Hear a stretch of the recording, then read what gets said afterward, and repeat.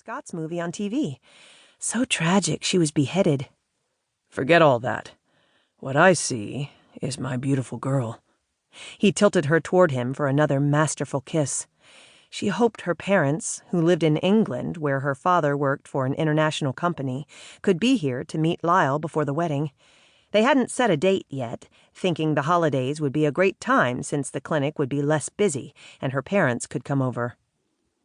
"Can I get you a drink?" she asked when he ended the kiss. He still had a good grip on her arms, as if she would spring up and dart out the door. She had always loved how protective he was, but lately she'd begun to think he might actually be a bit possessive. No, I'm beat. I'll even take a rain check on the kind of welcome I'd like. At my house, he added, frowning, where I won't fall over boxes of face creams and lip balms.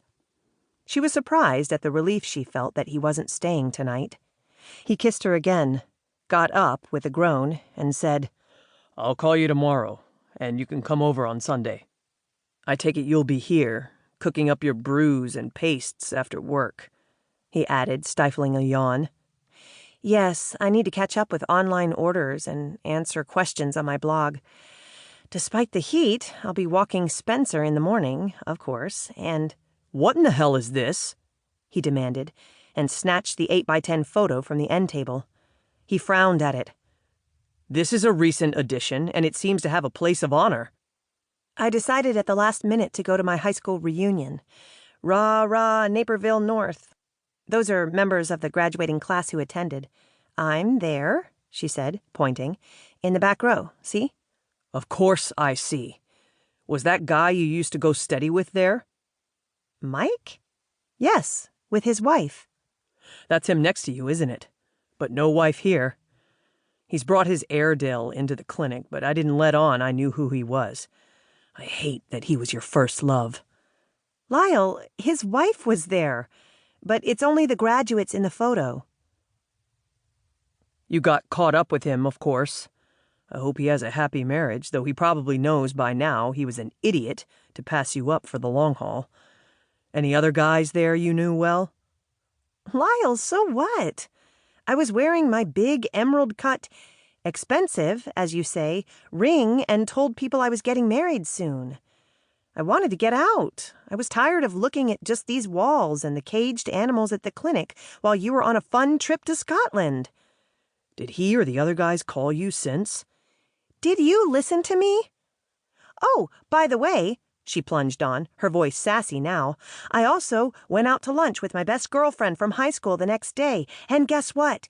There were men in the restaurant, and who knows if some of them looked at me." He seized her upper arms and pulled her against him. "It's just that you're mine now and need to act like it." "I do. And maybe, at least once we're married, if you go to some great place like Scotland for a week, you'll take me instead of going with the boys. But you don't hear me asking about any bonny lassies you might have stood next to or said hi to."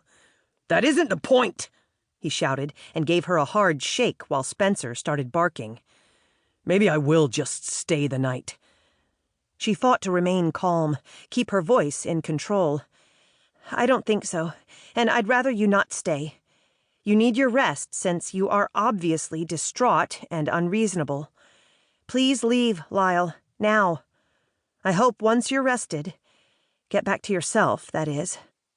Her voice trailed off as she managed to loosen his grip on her, one hand, then the other.